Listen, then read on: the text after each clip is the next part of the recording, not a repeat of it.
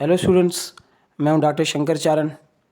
एक और लेक्चर के साथ, एक और प्रेडिक्शन वीडियो के साथ मैंने ये जो चैप्टर है नर्वस कोऑर्डिनेशन, उसकी प्रेडिक्शन एमसीक्यूज़ बनाए जो कि आने वाले टेस्ट के अंदर बहुत ही ज़्यादा इम्पोर्टेंट साबित होंगे। मैंने ओवरऑल जितने भी चैप्टर्स हैं सिलेबस के अंदर बायोलॉजी के, वो सबके मैंने प्रेडिक्शन वीडियोज़ या लेक्चर्स नहीं बनाए। जस्ट ओनली मैंने कुछ ही इम्पोर्टेंट जो चैप्टर्स हैं उनके एमसीक्यूज़ बनाए, इसीलिए क्योंकि जो है ना वो मैंने ये सोच समझ के एमसीक्यूज़ बनाए, क्योंकि ये एमसीक्यूज़ आने के चांसेस बहुत ज़्यादा हैं टेस्ट के अंदर। सो इसीलिए मैंने इसको नाम भी दिया 81 प्रेडिक्शन एमसीक्यूज़। हम इनको स्टार्ट करते हैं। सबसे पहले हमारे पास सवाल, फर्स्ट क्वेश्चन है, what is the primary function of neuron that distinguishes it as the fundamental unit of nervous system. तो यहाँ से आपने प्राइमरी फंक्शन न्यूरॉन का मालूम करना है, जो कि उसको उस ऑप्शन के बेसिस पे आप न्यूरॉन को as a fundamental unit of nervous system मानेंगे, डिस्टिंग्विश करेंगे। सही है। So what is the primary function of neuron that distinguishes it as the fundamental unit of the nervous system?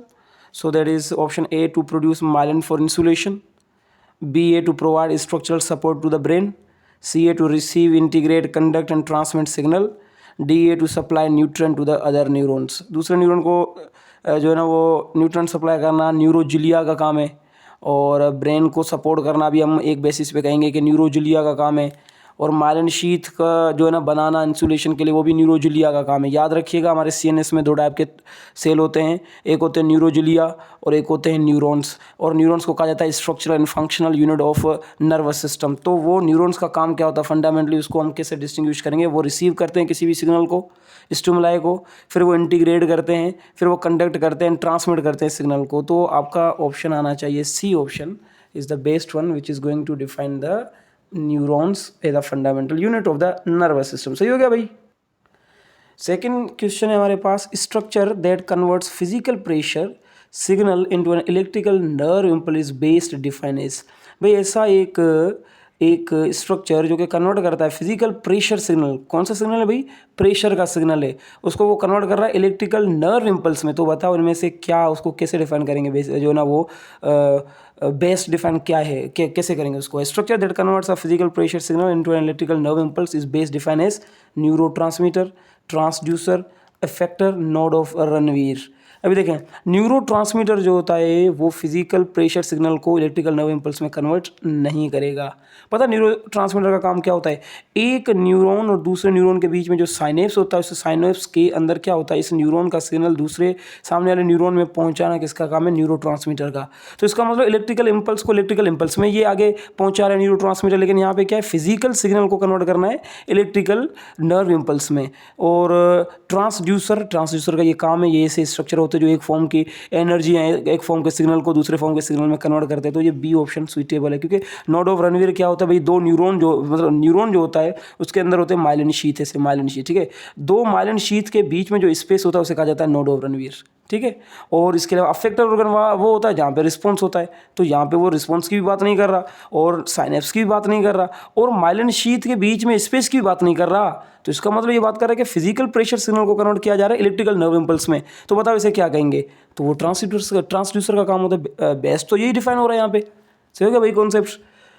Number third MCQs है, osmo receptor in the human hypothalamus. Hypothalamus में osmo receptor पाए जाते हैं। सबसे पहले आपको पता होना चाहिए ऑस्मो वर्ड का मतलब होता है mostly will be taking water. Osmo word ज़्यादातर वाटर को डिफाइन करने के लिए यूज़ किया जाता है, तो आप समझ जाइएगा कि ये वाटर की बात कर रहा है। So osmoreceptors in the human hypothalamus which detect the change in blood solute concentration are a specialised type of. ये ब्लड के अंदर मौजूद सोल्यूट की कंसंट्रेशन को ये डिटेक्ट करता है, तो इसे आप स्पेशलाइज्ड टाइप किस चीज़ का ये स्पेशलाइज्ड टाइप होता है। तो हमारे पास रिसेप्टर होते हैं, आपको पता है, एक होता है mechano receptor, photo receptor, thermo receptor, chemo receptor और पेन रिसेप्टर। ये 5 टाइप के रिसेप्टर होते हैं, ये सही ना, पेन रिसेप्टर। ये 5 टाइप के रिसेप्टर होते हैं किसमें? हमारे नर्वस सिस्टम के अंदर, हमारी बॉडी के अंदर।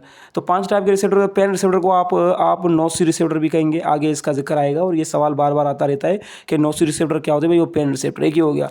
Chemo receptor, then thermoreceptor, photoreceptor, mechanoreceptor. Mechanoreceptor जो होते हैं वो मैकेनिकल एनर्जी को डिटेक्ट करते हैं, जैसे कि प्रेशर हो गया, टच हो गया, साउंड हो गया। और फोटो रिसेप्टर, फोटो वर्ड का मतलब लाइट जो हमारी आइज़ में पाए जाते हैं, ये रोड्स और कॉन्स जैसे कि रेटिना के वहाँ पे होते हैं, वो फोटो रिसेप्टर क्या करते हैं? लाइट को डिटेक्ट डिटेक्ट करते हैं। थर्मो रिसेप्टर हमारी पूरी बॉडी के अंदर आपको मिलेंगे और वो हीट को डिटेक्ट करते हैं। और कीमो रिसेप्टर जो होते हैं वो पर्टिकुलर टाइप के केमिकल्स को डिटेक्ट करते हैं। तो वाटर क्या है, वाटर जो होता है या सॉल्वेंट जो होता है वो एक किस्म का केमिकल है ना। तो सॉल्यूट की कंसंट्रेशन को डिटेक्ट करना, मतलब कि सॉल्वेंट को डिटेक्ट करना, वाटर को डिटेक्ट करना, तो ऑस्मो रिसेप्टर कौन सी कैटेगरी में आएगा, केमो रिसेप्टर। तो याद रखिएगा osmoreceptors are the type of chemoreceptor. ये जो सवाल मैंने बनाए ये प्रिडिक्टेड है, सोच समझ के मैंने बनाया, इसीलिए मैंने पूरे सिलेबस में से सवाल नहीं बनाए, पूरे सिलेबस में से एमसीक्यूज नहीं बनाए, जस्ट पर्टिकुलर स्पेसिफिक चैप्टर बनाए, क्योंकि मैंने जो प्रिडिक्शन किए वो स्पेसिफिक चैप्टर की किए। ओवरऑल मेरे पास इतना टाइम नहीं था कि मैं बैठ के 15-15 दिन मुझे लग जाते हैं, 15-15 दिन 10-10 दिन एक चैप्टर के एमसीक्यूज बनाने के लिए। तो प्रिडिक्शन एमसीक्यूज मैंने ऐसे नहीं बनाए भाई, सोच समझ के बनाए। और जितने भी प्रीवियस जो ना वो पेपर्स हैं उन सारे पेपर्स को मैंने देखा है, प्रीवियस टेस्ट को देखा है, और फिर अपना दिमाग लगा के कि भाई ये सवाल ऐसे आ सकता है, ऐसे नहीं आ सकता, तो ऐसे मैंने बनाया। इसलिए मुझे ज़्यादा टाइम लग रहा है इन वीडियोस को अपलोड करने में, 10-10 12-12 दिन लग जाते हैं। सो आई होप आपको समझ में आ रहा होगा। फोर्थ एमसीक्यूज है, the central nervous system primarily generate command for response after information processed bye, ये वाला सवाल देखिए आप।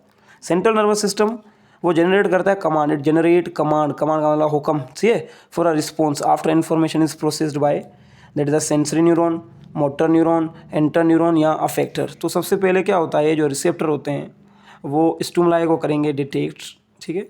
डिटेक्ट करने के बाद they are going to give the signal to CNS, CNS इसको इंटीग्रेट करेगा और फिर आएगा अफेक्टर की तरफ कमांड, और यहाँ पे होगा अफेक्टर के यहाँ पे रिस्पॉन्स। तो रिसेप्टर से सीएनएस के बीच में सेंसरी न्यूरॉन होते हैं, और सीएनएस और अफेक्टर के बीच में मोटर न्यूरॉन होते हैं, और सीएनएस के अंदर होते हैं इंटर न्यूरॉन, जो कि क्या करते हैं, इंटीग्रेशन का काम करते हैं। ये तो आपको बेसिक इनके जो मैकेनिज्म है उसके बारे में पता होगा। तो the central nervous system primary generate command, मतलब कि central nervous system command generate करता है for a response after information is processed bye, लेकिन वो रिस्पॉन्स जनरेट करेगा, लेकिन वो इन्फॉर्मेशन पहले प्रोसेस्ड होगी। कौन करेगा पहले प्रोसेस, सवाल का मतलब ये। ज़्यादातर स्टूडेंट पता है क्या करेंगे, generate command for response after information is processed bye, ज़्यादातर स्टूडेंट इसको लेके जाएंगे मोटर न्यूरॉन्स में। वो समझेंगे भाई मोटर न्यूरॉन्स जो होता है वो अफेक्टर के यहाँ पे जाके रिस्पॉन्स देता है, लेकिन ये पूछ क्या रहा है, ये पूछ रहा है कि the central nervous system primary generate command for a response after information is processed bye inter neuron. तो ऑप्शन आएगा इसका सी, इंटर न्यूरॉन प्रोसेस करेंगे तभी तो मोटर न्यूरॉन इसको लेके जाएगा कहाँ पे, अफेक्टर के यहाँ पे, जहाँ पे क्या होगा, रिस्पॉन्स होगा। तो कौन, इंटर न्यूरॉन इसको पहले प्रोसेस करेगा। सही हो गया भाई। फिफ्थ एमसीक्यू है, which statement about the path of message correct, motor neuron carry information from receptor to CNS, नहीं होगा। मैंने आपको यहाँ पे बता दिया इसका जो है ना डायग्रामेटिकली चीज़ कि भाई जो सिग्नल होता है, स्टिमुलाई होता है, वो रिसेप्टर से सीएनएस की तरफ सेंसरी न्यूरॉन लेके जाते हैं, ठीक है ना। तो मोटर न्यूरॉन क्या लेके आते हैं, कमांड लेके आते हैं, ये बात याद रखिएगा। तो पहला ऑप्शन नहीं होगा इसका। सेकेंड है, sensory neurons carry command from CNS to effector, sensory neuron carry command, नहीं भाई सेंसरी न्यूरॉन कमांड नहीं कैरी करते, ठीक है। And interneurons are only found in the peripheral nervous system, नहीं भाई आपको interneuron peripheral nervous system में नहीं मिलेंगे, ये आपको मिलेंगे सेंट्रलाइज नर्वस सिस्टम में। Sensory neuron carry messages to the CNS and motor neuron carry messages away from it. देखिए सेंसरी न्यूरॉन जो होते हैं वो लेके जाते हैं सिग्नल टुवर्ड्स द सीएनएस, और मोटर न्यूरॉन इसको अवे लेके जाते हैं रिस्पॉन्स देने के लिए towards the effectors. So D is the right option for the MCQs number 5। 6 में है, Nissl bodies found in the cell body of the neurons are primarily composed of. आपको पता है हमारे यहाँ पे क्या होता है, हमारे यहाँ पे न्यूरॉन होता है, ठीक है। न्यूरॉन का स्ट्रक्चर आपको आना चाहिए। सपोज ये न्यूरॉन है और ये इसका स्ट्रक्चर है, ठीक है, समझिएगा इस कॉन्सेप्ट को। ये न्यूरॉन का स्ट्रक्चर है, ये जो मैं ग्रीन कलर में बना रहा हूँ इसको डेंड्राइट्स कहते हैं, ठीक है। और ये एक्सोन होता है, और इनके अंदर होती है सेल बॉडी, ठीक है। तो सेल बॉडी में एक ऑर्गेनल होता है जिसे कहा जाता है निजल सब्सटेंस, याद रखिएगा कॉन्सेप्ट को। सेल बॉडी जो होता है उस सेल बॉडी के अंदर एक यहाँ पे स्ट्रक्चर होता है जिसे कहा जाता है निजल ग्रेन्यूल्स या निजल सब्सटेंस। साइंटिस्ट के बेसिस में इसका नाम है निजल सब्सटेंस, निजल ग्रेन्यूल। आपने क्या बताना है, आपने ये बताना है कि Nissl body found in the cell body of the neuron are primarily composed of. ये निजल बॉडी किस चीज़ से बने, आपको पता है निजल बॉडी के अंदर दो चीज़ें मिलेंगी, मिलेगा एंडोप्लाज्मिक रेटिकुलम और दूसरा राइबोसोम्स, ये याद रखिएगा। एंडोप्लाज्मिक रेटिकुलम और राइबोसोम्स का कॉम्प्लेक्स होता है निजल सब्सटेंस। क्या होता है Nissl's body, they are compose of endoplasmic reticulum plus में राइबोसोम्स का कॉम्प्लेक्स होता है। कहीं पे ये नजर आ रहा है तो आप टिक लगा दीजिएगा। न्यूरोट्रांसमीटर वेसिकल नहीं भाई, माइलिन प्रोटीन नहीं, माइटोकॉन्ड्रिया फॉर एनर्जी प्रोडक्शन नहीं, ribosome and rough endoplasmic reticulum, ये बी ऑप्शन। अच्छा ये भी पूछा जा सकता है कि कौन सा एंडोप्लाज्मिक रेटिकुलम मिलेगा आपको निजल सब्सटेंसेस के अंदर, so that is the rough endoplasmic reticulum. Concept clear हुआ। एमसीक्यू नंबर 7 है, the membrane specifically covering the cell body of a neuron is called. जो मेम्ब्रेन सेल बॉडी न्यूरॉन की जो होती है उसको कवर करती है उसका नाम क्या होता है। तो सेल बॉडी के ऊपर जो मेम्ब्रेन होती है उसे कहा जाता है न्यूरोलेमा, ठीक है, याद रखिए क्या कहेंगे, न्यूरोलेमा। और जो एक्सोन होता है सेल बॉडी से बाहर निकलने वाला, ये जो आपको साइटोप्लाज्मिक प्रोजेक्शन मिलेगा इसे एक्सोन कहेंगे, और एक्सोन की जो मेम्ब्रेन होती है उसे कहा जाता है एक्सोलेमा, ठीक है। और यहाँ पे जो साइटोप्लाज्म होगा वो होगा एक्सोप्लाज्म, और यहाँ पे सेल बॉडी के यहाँ पे साइटोप्लाज्म होगा न्यूक्लियोप्लाज्म, और इसके ऊपर जो मेम्ब्रेन होगी वो होगी न्यूरोलेमा। तो यहाँ पे क्या पूछ रहा है, अगर ये एक्सोन की मेम्ब्रेन पूछेगा तो आप कहेंगे एक्सोलेमा, और एक्सोन का साइटोप्लाज्म पूछेगा तो आप कहेंगे एक्सोप्लाज्म। न्यूरॉन के सेल बॉडी की अगर ये मेम्ब्रेन पूछ रहा है तो कहेंगे न्यूरोलेमा, और अंदर साइटोप्लाज्म पूछेगा तो कहेंगे न्यूरोप्लाज्म, ऐसे ना भाई। तो यहाँ पे क्या पूछ रहा है, the membrane specially covering the cell body of neuron is called axolemma, नहीं भाई, neurolemma, myelin sheath, plasma membrane, plasma membrane नहीं कहेंगे, माइलिन शीथ नहीं कहेंगे, it will be neurolemma. Already मैंने आपको इसका आंसर दे दिया है। सही हो गया भाई, आई गेस समझ में आ रहा होगा, बहुत ज़्यादा इजी है, इतना मुश्किल नहीं है। और यहाँ से सवाल आएंगे देखिएगा आप एमडी गेट के अंदर। चलें जी, एमसीक्यूज नंबर 8 कर लेते हैं, और वो है which of the following is the key functional difference between an axon and dendrite. आपने क्या बताना है, आपने बताना है एक्सोन और डेंड्राइट में फंक्शनल डिफरेंस क्या। दोबारा बता रहा हूँ मैं आपको, न्यूरॉन के स्ट्रक्चर के अंदर आपको दो चीज़ें मिलेंगी। ये जो स्ट्रक्चर इसे आप एक्सोन कहेंगे, और ये जो आपको ग्रीन कलर में बालों की जैसे सीलिया के जैसे स्ट्रक्चर मिल रहे हैं कहा जाता है डेंड्राइट्स, ठीक है। और इनके यहाँ पे बीच में आपको मिलेगा सेल बॉडी। तो किसी भी न्यूरॉन के अंदर ये तीन चीज़ें होनी चाहिए, और कुछ तो ऐसे न्यूरॉन होते हैं जिनके ऊपर आपको माइलिन शीथ मिलेगी, और माइलिन शीथ जो होती है वो बनाने वाले सेल न्यूरोजिलिया होते हैं, एज यू नो।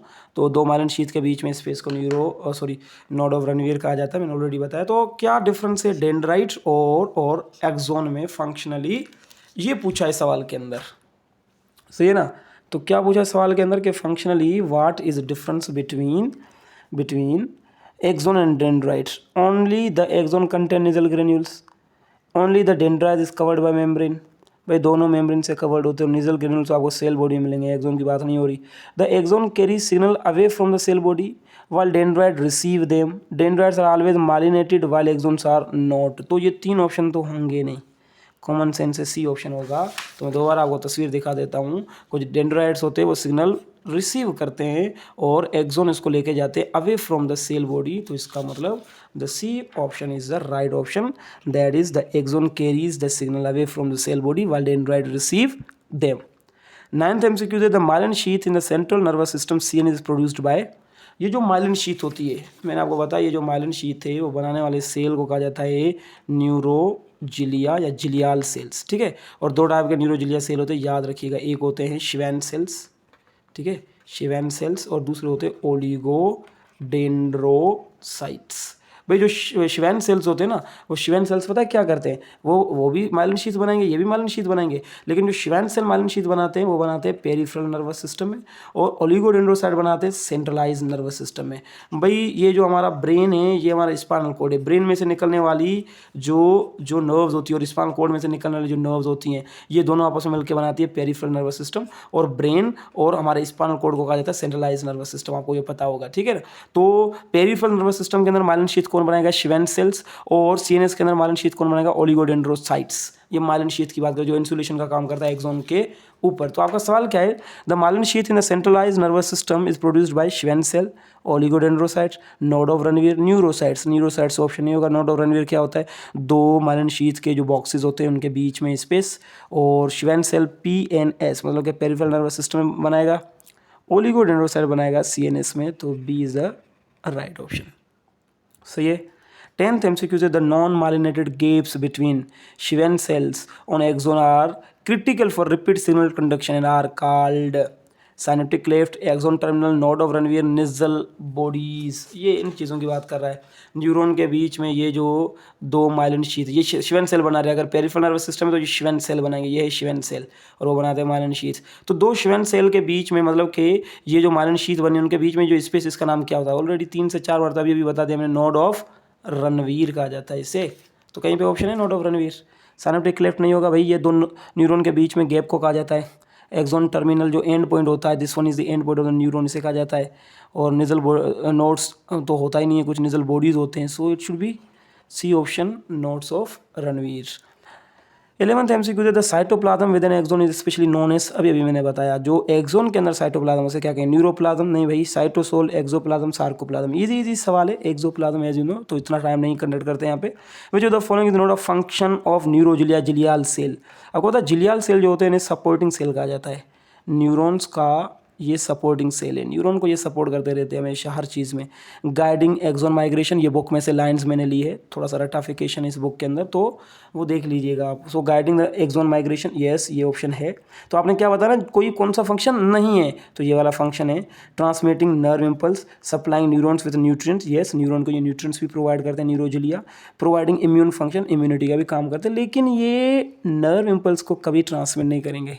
भाई नर्व इम्पल्स को ट्रांसमिट करने का काम किसका है, न्यूरॉन्स का है, इनका नहीं है न्यूरोजिलिया का। बाकी ये 3 फंक्शन किसके, न्यूरोजिलिया के। 30th है simple automatic response that follow the pathway from a receptor directly to an effector is known as. एक ऐसा सिंपल ऑटोमेटिक रिस्पॉन्स है जो कि एक पाथवे फॉलो करता है from receptor directly to an effector, is called voluntary action, reflex arc, reflex action, both A and B. हाँ ये थोड़ा कॉम्प्लिकेटेड लगेगा आपको सवाल। तो यहाँ पे आपके बुक में आपको रिफ्लेक्स आर्क भी नज़र आ रहा होगा, रिफ्लेक्स एक्शन आपको लगेगा सर ये भी है ये भी है, वॉलंटरी एक्शन तो नहीं होगा ये, ठीक है ना। तो रिफ्लेक्स आर्क और रिफ्लेक्स एक्शन के बीच में स्टूडेंट फंस रहे होंगे, और दूसरे स्टूडेंट ये कह रहे थे बोथ एन भी लगा देते, लेकिन ये तो वॉलंटरी एक्शन है तो ये भी ऑप्शन कैंसिल हो गया, ये भी ऑप्शन कैंसिल हो गया, यहाँ पे आप फंस रहे हैं। तो याद रखिएगा ये पाथवे की बात नहीं कर रहा, आपसे ये नहीं पूछ रहा कि क्या पाथवे, तो आपसे ये पूछ रहा है कि ये जो एक्शन होता है, ये जो रिस्पॉन्स होता है सिंपल ऑटोनोमस रिस्पॉन्स का नाम क्या है, वो रिस्पॉन्स फॉलो क्या करता है, जो पाथवे फॉलो करता है, तो पाथवे का नाम रिफ्लेक्स आर्क है, लेकिन उस एक्शन का नाम क्या है, वो रिफ्लेक्स एक्शन है। तो आपका ऑप्शन आना चाहिए सी, रिफ्लेक्स एक्शन। सही हो गया भाई। MCQ number 14th, which type of neuron is responsible facilitating the movement of sensory impulses from receptor to the CNS। वही दोबारा सेम आ गया यहाँ पे जो मैंने आगे बताया, रिसेप्टर से फिर CNS में फिर मोटर न्यूरॉन, ये वो। So which type of neuron is responsible for facilitating the movement of sensory impulse from receptor to CNS। भाई रिसेप्टर से CNS की तरफ ले जाने वाले न्यूरॉन को सेंसरी न्यूरॉन कहा जाता है। तो मोटर न्यूरॉन ये तो कमांड लेके जाएगा, और ये कैसे कमांड लेके जाएगा, CNS टू अफेक्टर की तरफ। सेंसरी इंटरन्यूरॉन क्या करेगा, वो इंटीग्रेशन का काम करेगा, शिवेन सेल सोमालिन शीथ बनाते हैं। सो सेंसरी न्यूरॉन का काम होता है रिसेप्टर से सेंसरी इंफॉर्मेशन इंपल्सिस को लेके जाना CNS तक। सो इसका आना चाहिए ऑप्शन बी। सही हो गया भाई कॉन्सेप्ट। आगे देखते हैं इनको। चलें जी, MCQ नंबर है हमारे पास 15th, the nerve impulse is fundamentally describe. अभी आ गए हम न्यूरॉन से बाहर निकल के नर्व इम्पल्स की तरफ, के नर्व इम्पल्स जो होता है वो फंडामेंटली इसको कैसे डिस्क्राइब करेंगे। क्या होता है nerve impulse, chemical signal that follows through dendrites, electrical signal depends on the flow of ions across the neurons membrane, physical wave that travel along the neurolemma, both A and B. भाई both A and B तो नहीं होगा, chemical signal that flows through the dendrites ये तो नहीं होगा भाई, ठीक है। और ये होता है इलेक्ट्रिकल सिग्नल, ठीक है, जो कि डिपेंड करता है फ्लो ऑफ आयंस के ऊपर। आपको पता है हमारे जो न्यूरॉन्स होते हैं, इन न्यूरॉन्स के इर्द गिर्द आपको मिलेगी आयंस की डिस्ट्रीब्यूशन। अंदर की तरफ नेगेटिव चार्ज होगा, बाहर की तरफ पॉजिटिव चार्ज होगा। इसे पोलराइजेशन कहा जाता है कंडीशन को, this condition is called polarization. अंदर की तरफ आपको जो आयन मिलेगा ज़्यादा वो होगा पोटेशियम, और बाहर की तरफ जो आयन मिलेगा वो आपको मिलेगा सोडियम, ठीक है, ऐसे ही। तो इसे पोलराइज कंडीशन कहते हैं। फिर क्या होता है, सोडियम अंदर जाता है, कंडीशन पोलराइज से कंडीशन चेंज हो जाती है। मतलब कि यहाँ पे कंडीशन थी -70 मिलीवोल्ट, और जैसे ही सोडियम अंदर जाएगा तो वो +50 मिलीवोल्ट पे आ जाती है कंडीशन, तो पोलरिटी चेंज होगी, तो आप कहेंगे डीपोलराइजेशन। और फिर दोबारा क्या होता है, पोटेशियम का गेट खुलता है तो पोटेशियम बाहर आ जाता है, और पोटेशियम बाहर आएगा तो दोबारा कंडीशन जो होगी +50 से कितनी हो जाएगी, -70, तो मतलब कि क्या हो गया, रीपोलराइजेशन हो गई, ऐसे ना। तो ये काम क्या है, आयंस का फ्लो है ना, इसकी वजह से ये सिग्नल बन रहा है ना। तो आपका ऑप्शन क्या होना चाहिए, ऑप्शन होना चाहिए इलेक्ट्रिकल सिग्नल है ये, depend on the flow of ions across the neurons membrane. Neurons की मेम्ब्रेन के इर्द गिर्द जो फ्लो कर रहे हैं आयंस, उनके ऊपर ये डिपेंड करता है। तो electrical signal depend on the flows of ions across the neurons membrane. तो B is the right option for the MCQ number 15th। 16th MCQ, which of the following sequence correctly describe the flow of information in a reflex arc. Again reflex arc का सवाल आ गया भाई। देखिए receptor होगा, ये stimuli को detect करेगा, कोई भी रिसेप्टर क्या करेगा, सिग्नल लेके जाएगा CNS की तरफ, ठीक है। लेकिन CNS में अगर हम देखेंगे तो इंटर न्यूरॉन होगा, ठीक है। यहाँ से रिसेप्टर के बाद आएगा मोटर न्यूरॉन, फिर आएगा इंटर न्यूरॉन, और इंटर न्यूरॉन के बाद आएगा सेंसरी न्यूरॉन, सॉरी ये गलत हो गया, रिसेप्टर की तरफ से लेके जाएगा सेंसरी न्यूरॉन, फिर आएगा इंटर न्यूरॉन, और फिर आएगा मोटर न्यूरॉन, और वो लेके आएगा कमांड, और कमांड कहाँ पे लेके आएगा, अफेक्टर के यहाँ पे। सही ऐसे है ना। तो आपने क्या बताना है, तो जो रिफ्लेक्स आर्क है ये रिफ्लेक्स आर्क कहलाता है, ठीक है ना। ये जो एक आर्क बना से रिफ्लेक्स आर्क कहेंगे। तो सेंसरी न्यूरॉन, ठीक है, रिसेप्टर के बाद sensory neuron, then interneuron, then motor neuron, then effector. तो अफेक्टर फिर मोटर न्यूरॉन, ये ऑप्शन गलत हो गया भाई, पहले रिसेप्टर से स्टार्टिंग होगी, then receptor, sensory neuron, interneuron, motor neuron, फिर भैया आ गया बी ही ऑप्शन है। बाकी तो मिल ही नहीं रही, सेंसरी न्यूरॉन तो पहले थोड़ी आएगा, फिर रिसेप्टर नहीं भाई, interneuron and then sensory neuron नहीं भाई, पहले आएगा रिसेप्टर, फिर सेंसरी न्यूरॉन, फिर इंटर न्यूरॉन, फिर motor neuron, and then effector की तरफ होगा रिस्पॉन्स। तो ये रिफ्लेक्स आर्क का जो है ना वो कंपोनेंट्स हैं। चलें जी, MCQ number 17th, the polarization of neurolemma with the inside being negatively charge is primary due to. मैंने कहा ना अंदर की तरफ नेगेटिव चार्ज होती है, ये पोलराइजेशन कंडीशन है न्यूरॉन्स की, अंदर की तरफ नेगेटिव चार्ज है, बाहर पॉजिटिव चार्ज। कितना नेगेटिव होता है, -70 मिली वोल्ट होता है पोलराइज, रेस्टिंग मेम्ब्रेन पोटेंशियल से कहा जाता है। RMP कितना चार्ज होता है, -70। तो आपने बताना polarization of neurolemma which with the inside being negatively charge is primary due to. अंदर नेगेटिव क्यों होता है भाई, इवन तो आप यहाँ पे सोच रहे हो सर अंदर पोटेशियम है, पोटेशियम का पॉजिटिव चार्ज है, और सोडियम के ऊपर भी पॉजिटिव चार्ज है, तो अंदर नेगेटिव है और बाहर पॉजिटिव क्यों, क्योंकि अंदर की तरफ आपको दूसरे आयंस भी मिलेंगे जो कि नेगेटिव जो है ना वो चार्ज कंटेनिंग होंगे। Equal distribution of sodium and potassium ion, नहीं भाई ये तो ऑप्शन नहीं होगा। The distribution of ions with potassium high inside the sodium high outside, नहीं भाई। A higher concentration sodium ion inside the cell, the absence of negative ions inside the cell, इसमें से आपने सुइटेबल आंसर बताना है। तो यहाँ पे सबसे सुइटेबल जो आंसर मिलेगा वो है कि the distribution of ions with potassium अंदर ज़्यादा होता है एंड सोडियम बाहर ज़्यादा होता है, और फिर अंदर की तरफ दूसरे नेगेटिव आयंस होते हैं जिसकी वजह से अंदर की कंडीशन नेगेटिव चार्ज होती है। तो बी ऑप्शन सही लगेगा यहाँ पे, ठीक है ना, पोलराइज स्टेट की बात कर रहा है, so B is the right answer. 18th है the sodium potassium pump primary contribute to the resting membrane potential by RMP जो होता है ना, जैसे रेस्टिंग मेम्ब्रेन पोटेंशियल कहते हैं, उसमें सोडियम पोटेशियम पंप का क्या काम है भाई, pumping 3 potassium ions out and 2 sodium in, pumping 3 sodium ions out and 2 in, allowing both ions to diffuse freely down their concentration gradient, यहाँ pumping an equal number of sodium and potassium in opposite direction, ये option है।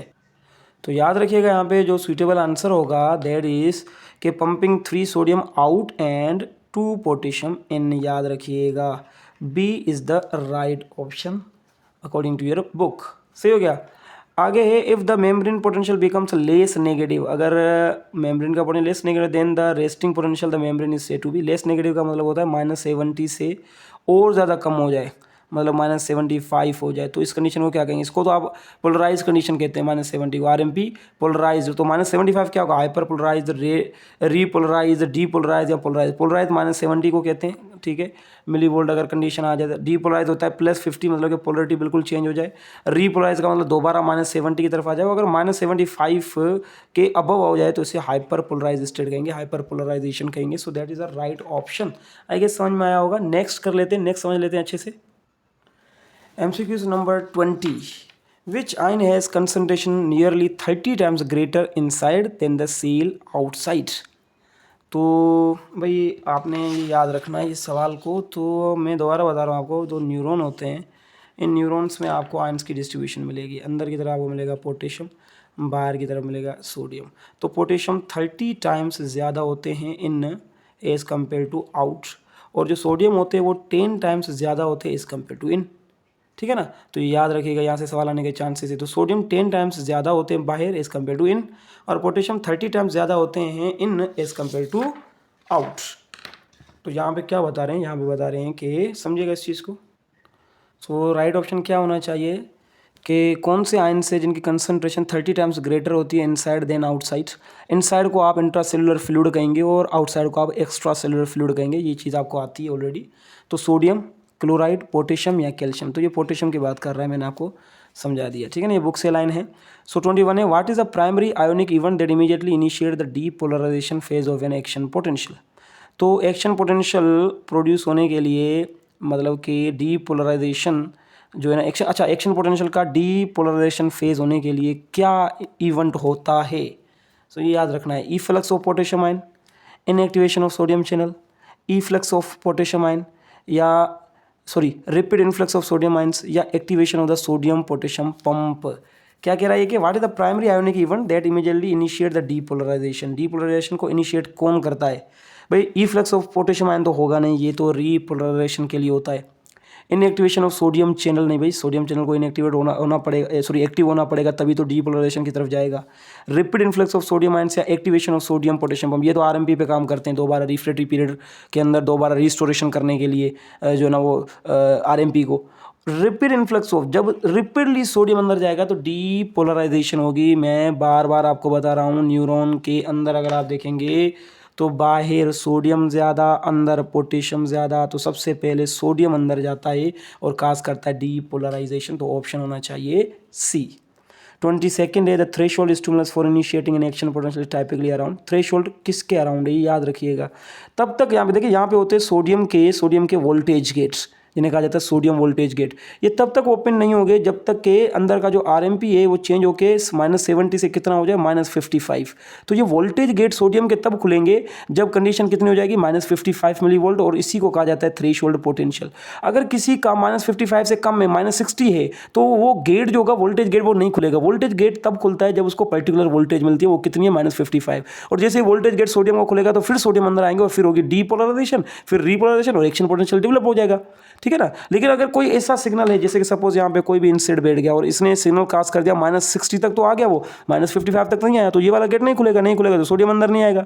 तो इसीलिए threshold कहा जाता है इसे। Threshold क्या होता है, वो जहाँ पे एक्शन पोटेंशियल डेवलप्ड हो। तो आपसे क्या पूछा जा रहा है, आपसे पूछा जा रहा है कि the threshold stimulus for initiating N action potential typically +50, ये तो डीपोलराइजेशन के बाद होने वाला वो जो ना वो कंडीशन है, ये हाइपर पोलराइज स्टेट कहलाती है। ये आरएमपी है, resting membrane potential, and this one is the threshold -55। सही हो गया भाई। नेक्स्ट है what is the net charge on the outside of the cell membrane when the neuron is at rest. Rest का मतलब होता है जब न्यूरॉन हमारा आरएमपी में होता है, रेस्टिंग मेम्ब्रेन पोटेंशियल में। तो आपने बताना है कि जो नेट चार्ज होता है आउटसाइड वो क्या होता है। तो मैंने आपको ऑलरेडी बताया, अंदर की तरफ नेगेटिव चार्ज होता है और बाहर की तरफ positive. So negative positive neutral continuous, actually positive, outside की बात कर रहे हैं ना। 24th है the sequence of channel even during action potential is. सबसे पहले देखिए मैं आपको ये कह रहा हूँ कि पहले होता है आरएमपी, ठीक है। आरएमपी पे जो वोल्टेज आप मेजर करेंगे वो होंगे -70 मिलीवोल्ट। और इस जगह पे क्या हो रहा है, बाहर की तरफ सोडियम ज़्यादा है और अंदर पोटेशियम ज़्यादा है, ठीक है। ये कहाँ पे, यहाँ पे मैं बना रहा हूँ, ठीक है। और अंदर की तरफ नेगेटिव चार्ज होता है, बाहर की तरफ पॉजिटिव होता है, क्योंकि अंदर की तरफ negative organic acids, negative ions ज़्यादा होते हैं, ठीक है ना। तो सबसे पहले सोडियम अंदर जाएगा। सोडियम अंदर जाएगा मतलब कि सबसे पहले सोडियम के गेट खुलेंगे, सी ना, सोडियम के गेट ओपन होंगे और फिर डीपोलराइजेशन हो जाएगी, फिर आएंगे पोटेशियम का गेट खुलेगा और पोटेशियम बाहर निकलेगा, ऐसे ना। एंड जब पोटेशियम बाहर निकल रहा होगा तो सोडियम का गेट बंद हो जाएगा, और जब सोडियम अंदर आ रहा होगा तो पोटेशियम का गेट बंद हो जाएगा। ये तो वाइस वर्सा होता रहता है ये कॉन्सेप्ट। तो आपने यहाँ पे क्या बताना है, the sequence of major channels, ये जो चैनल्स होते हैं सोडियम के पोटेशियम के, वो events during an action potential. कैसे, पोटेशियम चैनल ओपन होंगे पहले? नहीं भाई, पहले पोटेशियम चैनल ओपन होंगे ही नहीं। तो आप दो ऑप्शंस को आप कट कर दें, डिलीट वाला जो कॉन्सेप्ट है, ये दो ऑप्शन तो गए, बाकी इन दो में से देखना है। तो sodium channel opens, then sodium channel inactivates, potassium channel open, then potassium channel inactivates. तो यही बात है यहाँ पे, देखिए सोडियम चैनल इनएक्टिवेट होंगे फिर पोटेशियम चैनल ओपन होंगे। नहीं भाई, एक्शन डेवलप करने के लिए पहले सोडियम चैनल ओपन होंगे, तो बी ऑप्शन राइट होना चाहिए। सोडियम चैनल ओपन होंगे फिर वो हो जाएंगे इनएक्टिवेट, मैंने कहा ना बंद हो जाएंगे, और फिर पोटेशियम चैनल ओपन होंगे फिर वो बंद हो जाएंगे, ठीक है ना, सिग्नल पूरा का पूरा डिलीट करने के बाद। So you understand, is the B option 24th का। 25th है the restoration of resting membrane potential after an action potential typically takes place. याद रखिएगा आरएमपी, देखें अभी क्या हुआ, आप आरएमपी कंडीशन को देखें, आरएमपी में -70 मिलीवोल्ट है, ठीक है। और आरएमपी में क्या हो रहा है कि अंदर की तरफ आपको मिलेगा, अंदर की तरफ मिलेगा पोटेशियम और बाहर मिलेगा आपको सोडियम, ठीक है। लेकिन जब डीपोलराइजेशन हो गई और फिर रीपोलराइजेशन हो गई, तो डी और री मतलब कि एक्शन पोटेंशियल डेवलप करने के बाद अभी सोडियम अंदर ज़्यादा है और पोटेशियम बाहर ज़्यादा है। तो अभी इनको वापसी लेके आना है, मतलब कि पोटेशियम को अंदर लेके आना है, सोडियम को बाहर लेके जाना है, तभी तो दूसरा सिग्नल बनेगा। और ये जो टाइम पीरियड होता है जिसमें सोडियम जो है वो जो बाहर आ चुका है वो वापसी चला जाता है, सॉरी जो अंदर आ चुका है वो वापसी चला जाता है न्यूरॉन से बाहर, और जो पोटेशियम है वो वापसी आ जाता है आरएमपी को इस्टेब्लिश करने के लिए। इसको कहा जाता है रिफ्रैक्टरी पीरियड। क्या कहा जाता है इसे, रिफ्रैक्टरी पीरियड। और इसका टाइम पीरियड आपने बताना है। तो क्या है, if the stimulus is sorry the restoration of the resting membrane potential that after an action potential. जब एक एक्शन पोटेंशियल हो गया तो दोबारा आरएमपी की तरफ आएगा, क्योंकि एक्शन पोटेंशियल में क्या हुआ भाई, सोडियम अंदर गया, आरएमपी में क्या होता है, आरएमपी में सोडियम बाहर होता है, पोटेशियम अंदर होता है। लेकिन जैसे ही एक्शन पोटेंशियल डेवलप हुआ तो एक्शन पोटेंशियल के लिए क्या हुआ, पहले डीपोलराइजेशन होगा और फिर होगा रीपोलराइजेशन। तो डी और रीपोलराइजेशन होते वक्त क्या हुआ, जो सोडियम था वो बाहर चला गया, पोटेशियम सोडियम अंदर चला गया और पोटेशियम बाहर चला गया। तो इसका मतलब ये तो आरएमपी की कंडीशन चेंज होगी। तो आरएमपी को वापसी स्टेब्लिश करने के लिए कितना टाइम लगता है, उसे रिफ्रेक्टिव पीरियड कहा जाता है 1 to 2 millisecond, 10 to 30 millisecond, 100 to 200 and 1 second. It takes 1 to 2 millisecond. आपके बुक में बताया गया 2 मिली सेकेंड लगते हैं ये कंडीशन को दोबारा रीस्टोर करने के लिए, ताकि दोबारा दूसरा सिग्नल बने, क्योंकि ये लगातार सिग्नल आते रहते हैं as you know. So this is the 25th MCQ। 26th को कर लेते हैं। If the stimulus is not capable of excite और fails to arise any response it is called. अगर वो जो स्टिमुलस है वो केपेबल नहीं है एक्साइट करने के और वो फेल टू अराइज करता है any response it is called, ठीक है ना। Threshold potential, sub threshold potential, action potential both A and C. तो एक्शन पोटेंशियल तो नहीं कहेंगे, थ्रेशोल्ड पोटेंशियल -55 होता है और मैंने कहा था -55 से कम होगा, -60 होगा, -62, -60, -68, तो उसे आप सब थ्रेशोल्ड कहेंगे। क्या कहेंगे, सब थ्रेशोल्ड। ये बुक की लाइन है, सही है ना। So it will be termed as sub threshold. चलें जी 27th देख लेते हैं। The stoichiometry of the sodium and potassium ATPase pump is crucial because it. तो आपने बताना सोडियम और पोटेशियम पंप जो होता है ना ATPase पंप, वो ATP यूज़ करके, अभी देखिए दोबारा मैं आपको एक कॉन्सेप्ट बता रहा हूँ, यहाँ पे समझने की कोशिश करिएगा। ये दोबारा एक चीज़ बता रहा हूँ मैं आपको। देखिए सबसे पहले होती है पोलराइजेशन, ठीक है। तो ये बार बार बता रहा हूँ मैं आपको कॉन्सेप्ट क्लियर करने के लिए। फिर बन जाती है डीपोलराइजेशन, ठीक है। ये न्यूरॉन्स के सेगमेंट बता रहा हूँ कि डीपोलराइजेशन एंड देन आ जाती है रीपोलराइजेशन। सही हो गया भाई। तो रीपोलराइजेशन और फिर रीपोलराइजेशन के बाद होता है रिफ्रैक्टरी पीरियड, ठीक है। और रिफ्रैक्टरी पीरियड के बाद दोबारा पोलराइज कंडीशन आ जाती है और पोलराइज कंडीशन को RMP कहा जाता है भाई। और जब ये दोनों आप देखेंगे तो एक्शन बन रहा है, जैसे कहेंगे एक्शन मेम्ब्रेन पोटेंशियल, जिसे एक्शन पोटेंशियल आप कहेंगे, सही ना। तो अभी समझने की कोशिश करें। पोलराइज स्टेट में क्या होता है, अंदर पोटेशियम ज़्यादा, बाहर सोडियम ज़्यादा, ठीक है। पोटेशियम 30 टाइम्स मोर होते हैं इनसाइड देन आउटसाइड, और सोडियम होते हैं 10 times more outside than inside. फिर क्या होता है, सबसे पहले जैसे ही थ्रेशोल्ड मिलेगा, थ्रेशोल्ड पोटेंशियल होता है -55 और यहाँ पे RMP होती है -70 मिलीवोल्ट। जैसे ही थ्रेशोल्ड पोटेंशियल आएगा, कोई भी सिग्नल बन रहा है, कोई भी इंसिडेंट आके आपकी बॉडी पे बैठा और आपका जो -70 मिलीवोल्ट वो कन्वर्ट होगा -55 है, तो सोडियम वोल्टेज गेट खुलेगा। तो सबसे पहले सोडियम का वोल्टेज गेट खुलेगा, सोडियम का गेट खुलेगा तो अंदर आएगा सोडियम। ऑलरेडी अंदर पोटेशियम मौजूद है तो अंदर नेगेटिव चार्ज होगी, वो कन्वर्ट हो जाएगी पॉजिटिव चार्ज में, -75 से फिर आ जाएगा -50। तो ये डीपोलराइजेशन कहलाता है।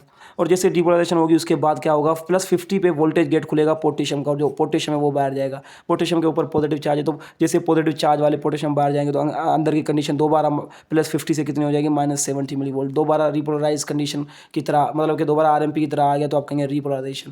लेकिन मसला ये हो गया कि रिपोलराइजेशन में पोटेशियम बाहर है और सोडियम अंदर है, जो कि दोबारा दूसरा सिग्नल नहीं बना सकता। तो दोबारा रिफ्रैक्टिव पीरियड 2 मिली सेकेंड के अंदर क्या होगा कि एक चैनल यहाँ पे काम करेगा, उस चैनल का नाम होता है सोडियम पोटेशियम पंप। ये सोडियम पोटेशियम पंप पता है क्या करेगा, ये यहाँ पे स्टेबल हो जाएगा और ये क्या करेगा, सोडियम जो अंदर गया है उसको बाहर निकालेगा ताकि दूसरा सिग्नल बन सके, और जो पोटेशियम बाहर गया है उसको अंदर डालेगा। तो 3 सोडियम बाहर निकलेंगे और 2 पोटेशियम जो होंगे वो अंदर जाएंगे। ये ऑलरेडी मैंने आपको बताया, 3 सोडियम बाहर निकलेंगे और ये 2 पोटेशियम अंदर जाएंगे। सोडियम पोटेशियम पंप, यहाँ पे ATPase पंप भी कहा जाता है, क्योंकि यहाँ पे क्या यूज़ होगा, यहाँ पे यूज़ होगा ATP। एक ATP यूज़ होगा तो 3 सोडियम बाहर जाएंगे और 2 आएंगे अंदर की तरफ। तो यहाँ पे आपसे क्या पूछा जा रहा है कि the stoichiometry of sodium potassium pump ATPase pump is crucial because it brings 3 sodium ions of every potassium ions expelled, brings in 2 potassium ions for every 3 sodium ions expelled, contributing to the negative resting potential. Exchange ions passively down the concentration gradient. Uses 1 ATP molecule to exchange 1, नहीं भाई ये 1 नहीं है, ये directly bring in 2 potassium for every 3 sodium ions expelled. Concept clear है। 28 से the velocity of nerve impulse is increase by all of the following accept. हाँ ये इंपॉर्टेंट है।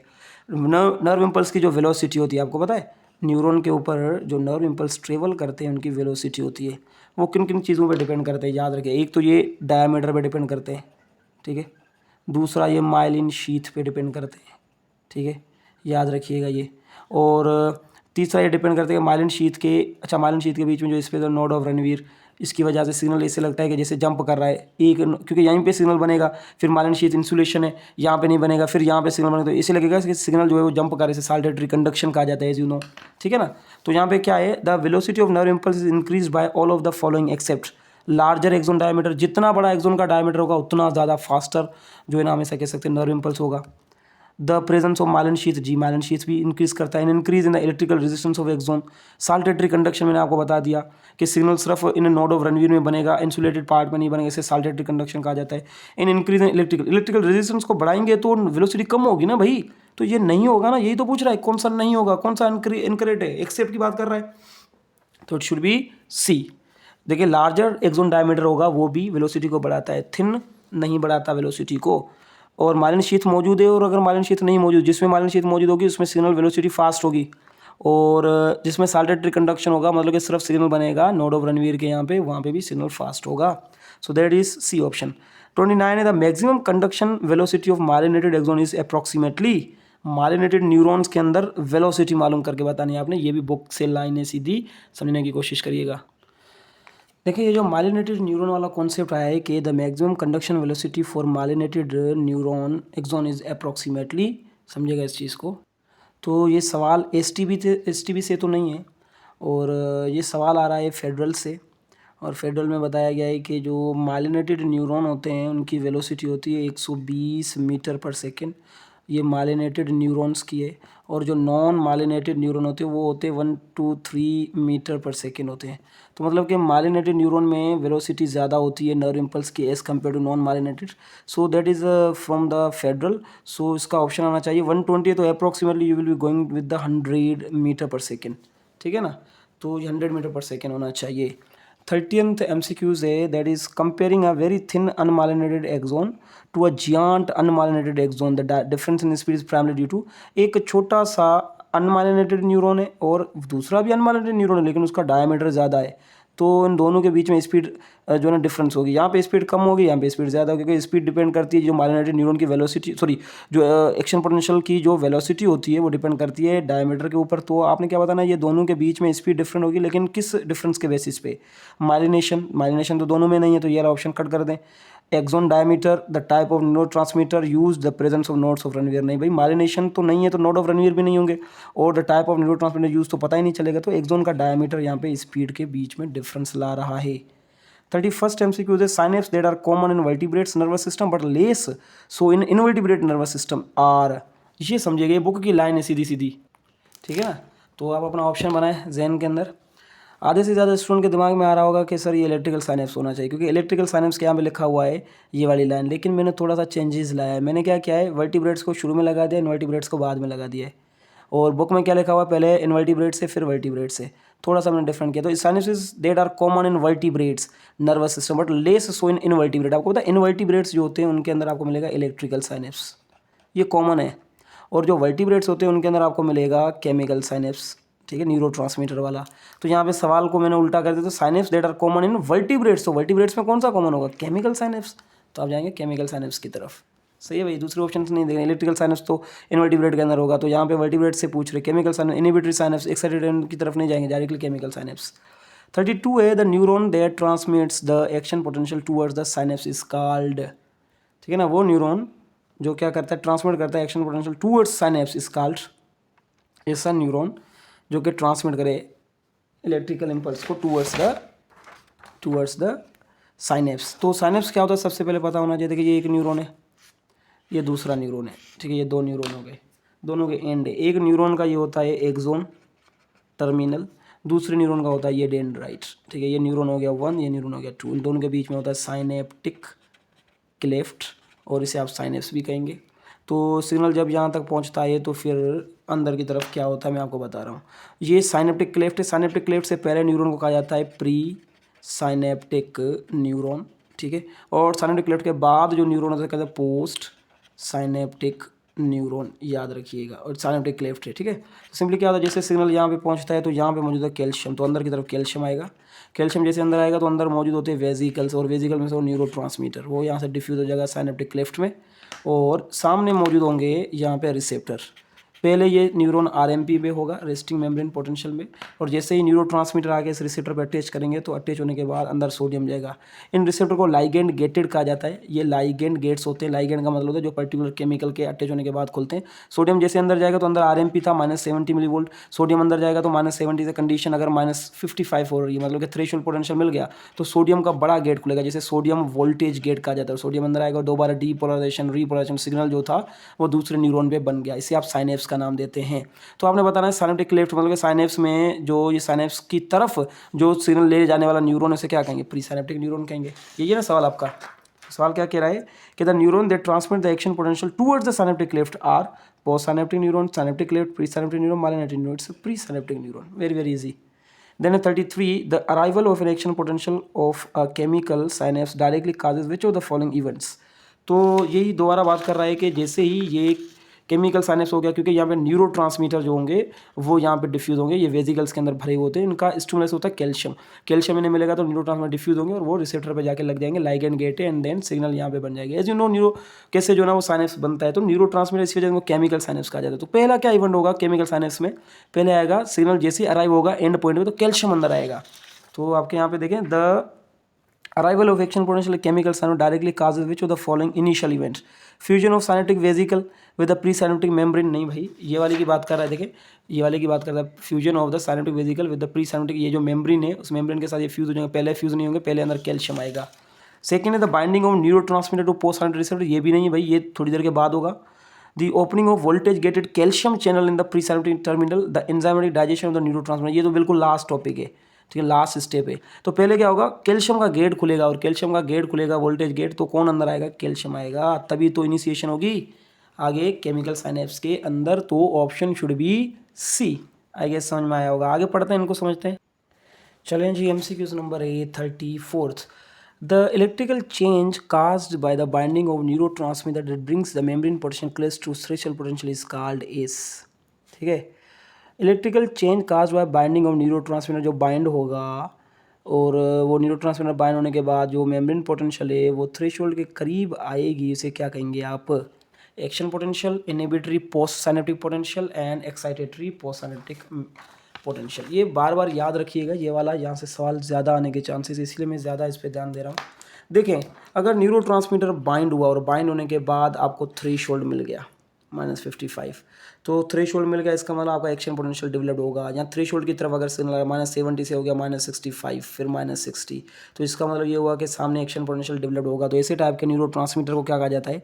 एक्साइटेटरी न्यूरोट्रांसमीटर, ठीक है।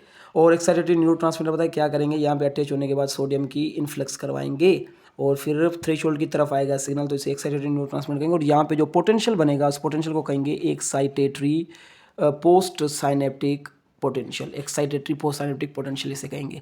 लेकिन अगर कुछ ऐसे न्यूरॉन है जो कि न्यूरॉन यहाँ पे न्यूरोट्रांसमीटर जो अटैच होने के बाद पोटेंशियल को थ्रेशोल्ड की तरफ नहीं लेके जा रहे हैं, बल्कि और ज़्यादा नेगेटिव कर रहे हैं, मतलब कि -75 कर रहे हैं, -80 कर रहे हैं, मतलब कि ये इनहिबिट कर रहे हैं, आगे सिग्नल बनेगा ही नहीं, क्योंकि सिग्नल तो थ्रेशोल्ड बनने के बाद होगा, ये थ्रेशोल्ड से दूर लेके जा रहे, तो ऐसे टाइप के न्यूरोट्रांसमीटर को कहा जाता है इनहिबिटरी न्यूरोट्रांसमीटर।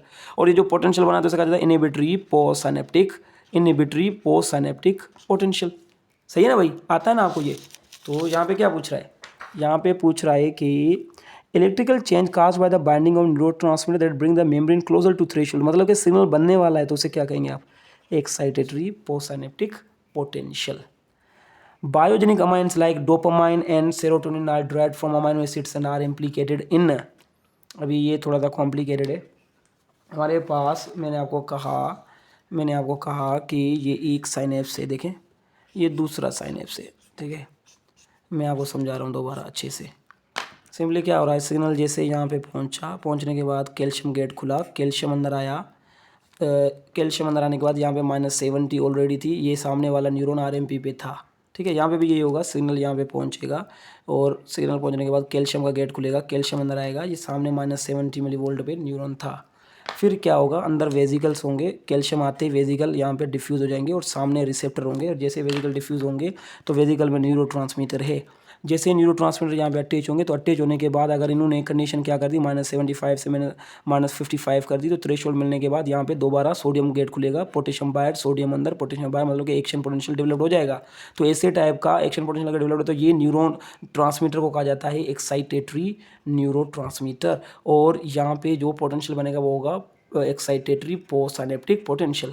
इससे यहाँ पे अगर इवेंट हो रहा है और इवेंट होने के बाद यहाँ पे आपको पता है रिसेप्टर और यहाँ से अगर वेजिकल बाहर खारिज हो रहे हैं, न्यूरोट्रांसमीटर बाहर जाके यहाँ पे अटैच कर रहा है, अटैच होने के बाद ये -70 से कंडीशन को और ज़्यादा -75 की तरफ लेके आ रहा है, मतलब कि और ज़्यादा नेगेटिव कर रहा है। तो सामने जो सोडियम का बड़ा गेट होगा वो नहीं खुलेगा, गेट नहीं खुलेगा तो डीपोलराइजेशन नहीं होगी, रीपोलराइजेशन नहीं होगी, डीपोलराइजेशन नहीं होगी, रीपोलराइजेशन नहीं होगी। तो ये तो -70 मतलब कि इन्होंने क्या कर दिया, इनहिबिट कर दिया। तो ऐसे टाइप के न्यूरो ट्रांसमीटर को क्या कहेंगे, इनहिबिटरी न्यूरो ट्रांसमीटर। और यहाँ पे जो पोटेंशियल बनेगा उसे कहेंगे inhibitory पोस्टानेप्टिक potential.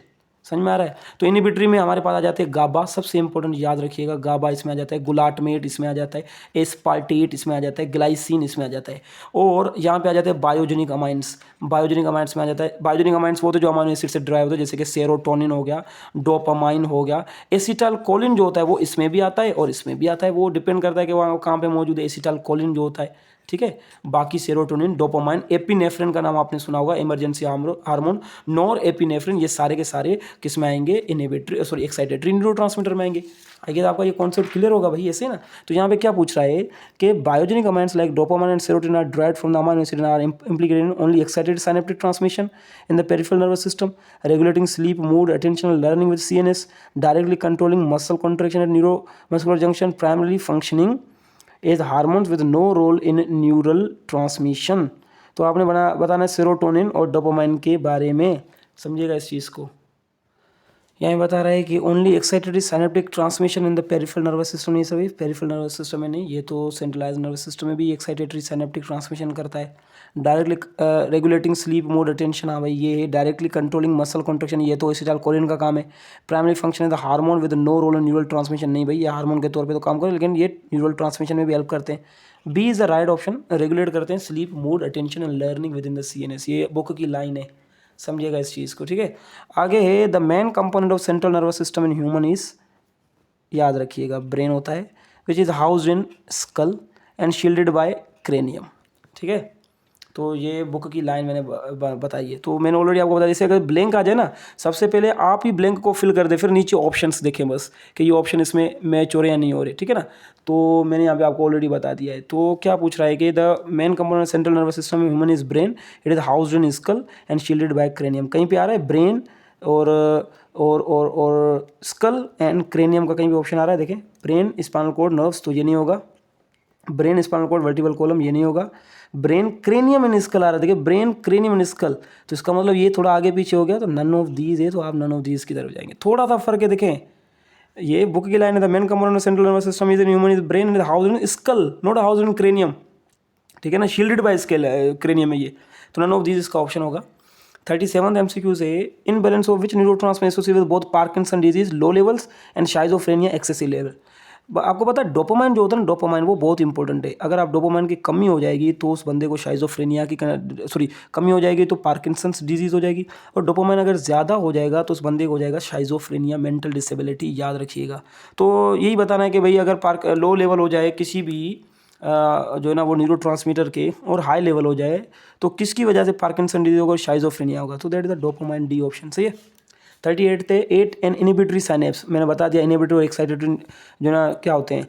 8 an inhibitory synapse, hyperpolarization of the postsynaptic membrane can be achieved by opening channels. अभी यहाँ पे ये है कि आपने यहाँ पे -75 कर दी, ठीक है ना, -70 थी, न्यूरोट्रांसमीटर अटैच होने के बाद कंडीशन होगी -70, और ज़्यादा नेगेटिव कैसे हुई ये बताना। दो रीज़न होते हैं, या तो पोटेशियम ज़्यादा बाहर चले गए या तो क्लोरीन अंदर आ गए, ये दो कंडीशन होती है। जो मोस्ट प्रोबेबली होती है वो पोटेशियम वाली होती है कि पोटेशियम ज़्यादा बाहर चले गए, जिसकी वजह से कंडीशन -70 से -75, क्योंकि पोटेशियम के गेट खुल जाएंगे तो ज़्यादा बाहर जाएंगे, तो -70 से 75 हो जाएगी। और दूसरा ये क्लोरीन अंदर आ जाते हैं, तो क्लोरीन वाला चांसेस बहुत कम है, लेकिन पोटेशियम का चांसेस ज़्यादा होता है। तो यहाँ पे क्या पूछ रहा है, यहाँ पे आपसे पूछ रहा है at an inhibitory synapse hyperpolarization of the postsynaptic membrane can be achieved by opening the channels for sodium influx only. नहीं भाई, ये तो और ज़्यादा इसको पॉजिटिव कर देगा। पोटेशियम इफ्लक्स और calcium influx and calcium influx only, यहाँ stimulus sodium and potassium movement, तो भाई सोडियम जो पोटेशियम इफ्लक्स होगा मतलब कि बाहर आउट और क्लोरीन अंदर आएगा, तभी जाके ये कंडीशन होगी -75 मतलब कि हाइपरपोलराइज्ड। ये ना बताया हुआ है मैंने। 39th MCQ से भाई 39th MCQ को देख लेते हैं कि ग्लाइसिन गुलाटमेट एंड स्पार्टर एग्जांपल्स हो। अभी मैंने बताया आपको, ठीक है ना, एक्साइटेटरी और इनहिबिटरी के अंदर मैंने आपको बताया कि कौन कौन से एक्साइटेटरी होते हैं और कौन कौन से इनहिबिटरी। तो गाबा, गुलाटमेट, एस्पार्टेट, ग्लाइसिन ये इनहिबिटरी में आते हैं। तो क्या है, excitatory biogenic amines, inhibitory neurotransmitter precursor to acetylcholine and gases that act as a neurotransmitter is inhibitory neurotransmitter, ठीक है ना, ग्लाइसिन, ग्लूटामेट एंड एस्पार्टेट। बाकी वो जो सेरोटोनिन, डोपामाइन, एसिटाइलकोलिन वगैरह जो है ना वो एक्साइटेटरी में आएंगे।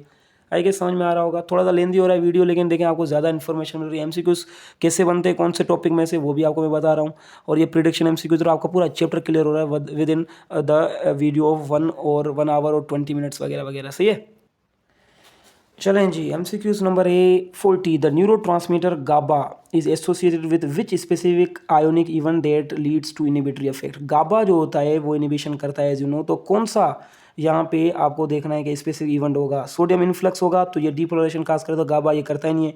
Potassium efflux, calcium influx and chlorine influx and calcium influx, ये तो होगा नहीं। ये दोनों ऑप्शन कट कर दे, ये दोनों के बीच में देखना है। तो आप कहेंगे सर अभी तो आपने ऊपर बताया कि पोटेशियम इफ्लक्स होगा या क्लोरीन इनफ्लक्स होगा, दोनों सूरतों में जो है ना वो गाबा क्या करेगा, इनिबिशन काज करेगा सामने वाले न्यूरॉन की, इनिबिटरी न्यूरोट्रांसमीटर जिसे कहा जाता है। तो इन दोनों में ज़्यादातर स्टूडेंट फंसेंगे, लेकिन आप जाना पोटेशियम के साथ।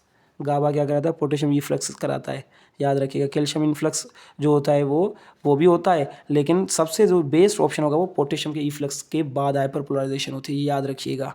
ठीक हो गया भाई। चलें जी, हमारे पास एक और है, that is the which combination of neuro transmitter and it's generally classification is incorrect. तो याद रखिएगा ये भी सवाल है कि इनमें से कौन सा जो ना वो इनकरेक्ट है न्यूरो ट्रांसमीटर और general classification. Acetylcholine can be excitatory inhibitory, सही हो गया भाई। डोपामाइन बायोजेनिक अमाइन है, सही है। GABA excitatory neurotransmitter, serotonin involved in mood and sleep, सही है भाई। ये गाबा एक्साइटेटरी कब से हो गया भाई, ये तो इनहिबिटरी ना गाबा, तो इट शुड बी 41 का क्या होना चाहिए, सी ऑप्शन, सही है। MCQs नंबर है 42, which of the following part of the brain contain neurosecretory cell. Brain का वो कौन सा पार्ट है जिसमें न्यूरोसिक्रेटरी सेल होते हैं। भाई न्यूरोसिक्रेटरी सेल वो होते हैं जो न्यूरॉन्स का भी काम करते हैं, न्यूरॉन की तरह भी रिएक्ट करते हैं। सीक्रेटरी वर्ड का मतलब होता है वो कि कोई सीक्रेशन भी रिलीज करते हैं, जैसे कि हार्मोन वगैरह हो गया। मेडुला नहीं भाई, मेडुला के अंदर तो नहीं होगा। सेरिब्रम, लिम्बिक सिस्टम या हैंड ब्रेन, ये थोड़ा कॉम्प्लिकेटेड हो गया क्योंकि आपने न्यूरोसिक्रेटरी सेल पढ़े हाइपोथैलेमस में, और मैंने क्या किया यहाँ पे हाइपोथैलेमस का ऑप्शन ही नहीं दिया। तो इसका मतलब ये हुआ कि हाइपोथैलेमस किस में मिलेगा आपको, मेडुला में, सेरिब्रम में नहीं भाई, सेरिब्रम में तो हाइपोथैलेमस नहीं है। हैंड ब्रेन नहीं भाई, it's limbic system. Limbic system के अंदर 3 पार्ट आपको मिलेंगे, हाइपोथैलेमस, हिप्पोकैम्पस एंड अमाइगडाला। तो लिम्बिक सिस्टम यहाँ पे बेस्ट ऑप्शन होना चाहिए according to the scenario. 43rd is CNS consists of between 10 to 100 billions of specific type of neuron. Which type is this? हमें पता है CNS के अंदर 10 से 100 बिलियंस टाइप के न्यूरॉन्स होते हैं, बिलियंस न्यूरॉन्स होते हैं, सही है, समझिएगा।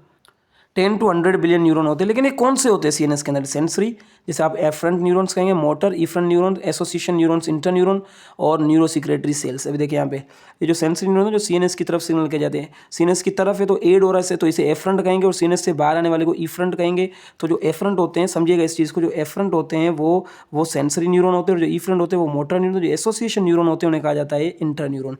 तो ये एसोसिएशन न्यूरॉन से बना है, तो C is the right option.